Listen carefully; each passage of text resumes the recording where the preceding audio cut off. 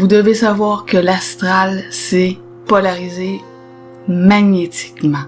Tout ce qui se dégage de l'astral est magnétique. D'ailleurs, la Lune a pour fonction justement de nous bombarder avec le plus de magnétisme possible pour pouvoir fortifier cette astralité chez l'homme. Au contraire du plan Montronciel, qui lui est un plan électrique et qui vient électrifier l'homme. Quand il y a fusion avec l'ajusteur de pensée, l'homme est électrifié. Le monde de la mort, le monde de l'astral, lui passe par le sang. Dans le sang, il y a la mémoire de l'homme, l'âme si vous voulez, et il y a aussi beaucoup d'autres choses qui les intéressent royalement, sans vouloir faire de vilains jeux de mots. Et tandis que le monde systémique passe par le système nerveux central de l'homme. Donc, c'est deux courants totalement différents. D'ailleurs, il y a quelqu'un qui m'a posé la question sur le blog pour la montée du Kundalini. La montée de la Kundalini, c'est une montée magnétique qui part du bas et qui va vers le haut, tout le long des chakras. C'est le contraire d'une fusion. On dit que le supramental descend sur l'homme, donc c'est un courant électrique qui vient ajuster tous les corps subtils et c'est vraiment deux choses qui sont différentes. Donc le grand jeu de la déception. Vous allez voir dans vos vies que vos programmations, qui égalent vos limitations, vous apportent toujours d'une façon ou d'une autre un certain type de déception. Et au bout du chemin, au bout du jeu, c'est là qui est la plus grande déception. Dans votre vie, il faut être capable d'absorber bon nombre de déceptions. Un homme qui est supramental va être capable de les absorber parce qu'il va savoir d'où ça vient.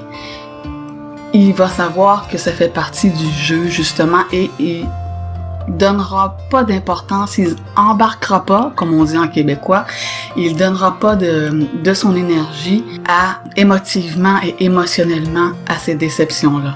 Il va rester neutre et observateur.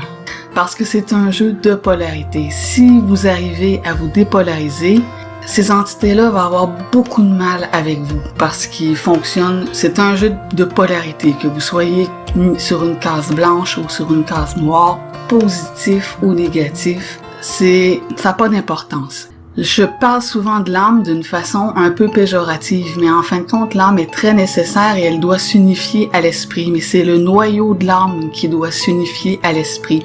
Donc tout ce qui est mémoire planétaire, qui est traumatisme, qui est une fausse mémoire, comme je vous avais déjà fait l'analogie entre de la mémoire vive versus de la mémoire morte d'un ordinateur, c'est la même chose dans notre cas. Donc il faut aller prendre contact avec cette mémoire vive qui est une mémoire qui nous appartient et essayer de purifier le plus possible de mémoire planétaire qui est de la fausse mémoire, de la mémoire stérile, traumatisante, d'expérience. L'âme ne vit que d'expérience et ces entités-là se sont rendues compte que l'âme n'avait pas la capacité de s'auto-corriger.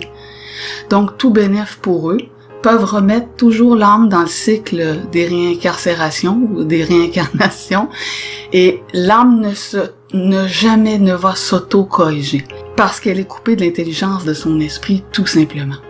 Pourquoi la fusion et le contact avec l'ajusteur de pensée peut se faire seulement dans l'incarnation? Parce que lorsque nous sommes incarnés dans un corps de chair, nous avons une petite pulsion électrique. Pas le choix pour faire battre le cœur. Cette petite pulsion électrique-là, c'est tout ce qui suffit pour qu'on puisse établir le contact. Une fois mort, le lien est coupé avec votre ajusteur de pensée. Un mort n'a aucune électricité, si on peut dire. Il ne vit que d'âme, que de magnétisme. Coupé complètement du monde de la vie et habite le monde de la mort, c'est-à-dire le monde astral, qui est le monde des entités archontiques. Donc, si c'est leur monde, c'est leur loi. Et il faut connaître les lois qui font encore partie du grand jeu de la déception. Puisque ces lois-là sont, comme je vous le dis, je vais vous le répéter, sont des lois anti-hommes. Ce que ça veut dire, c'est que tous ceux qui sont dans le monde astral, que ce soit des guides, que ce soit des anges, archanges, parce que oui, ange, archange, c'est astral. Ce sont des archontes qui prennent des rôles. Donc, c'est tiré à pile ou face. Qu'est-ce que tu vas être aujourd'hui, un ange ou un démon? Il faut pas vous laisser berner par cette polarité. Ils travaillent tous pour le même agenda, un agenda astral qui est de maintenir l'homme dans la plus grande confusion et la plus grande ignorance qui soit.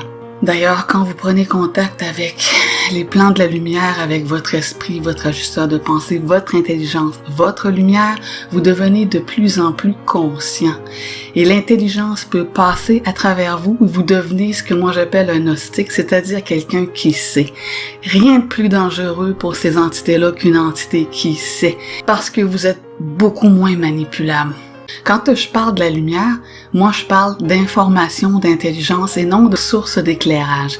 C'est pour ça qu'on se fait souvent berner et piéger et duper parce que eux, avec leur fausse lumière astrale, ils nous aveuglent avec une source d'éclairage. Quand vous décorporez le tunnel, qui est une lumière, et en plus, c'est une lumière astrale qui provient de votre propre énergie, hein.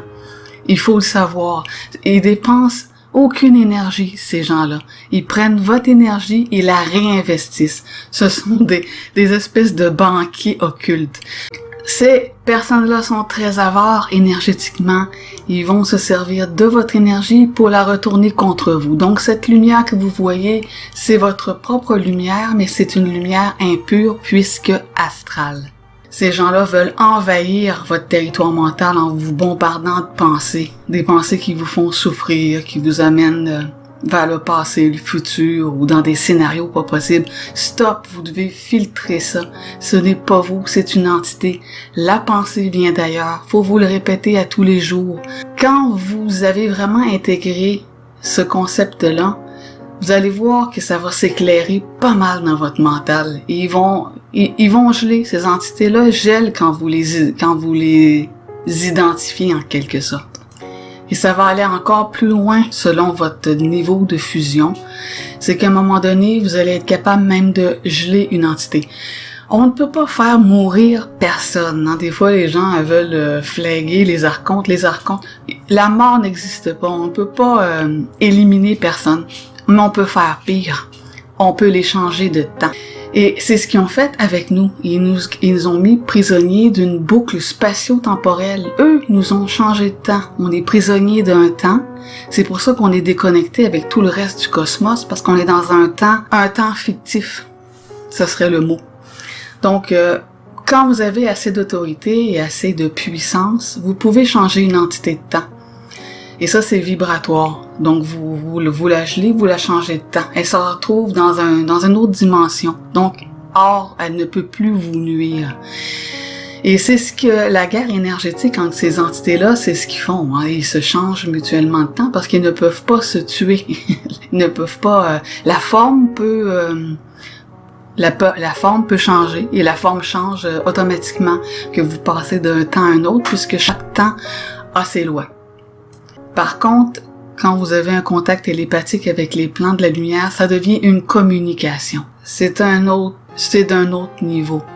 Donc, vous ne vous laissez plus influencer, vous êtes conscient de ce qui vous traverse, vous savez d'où ça vient. Comment on fait pour discerner une pensée, puisque vous, ça vous parle pas télépathiquement, mais c'est une télépathie que vous avez, mais subjective.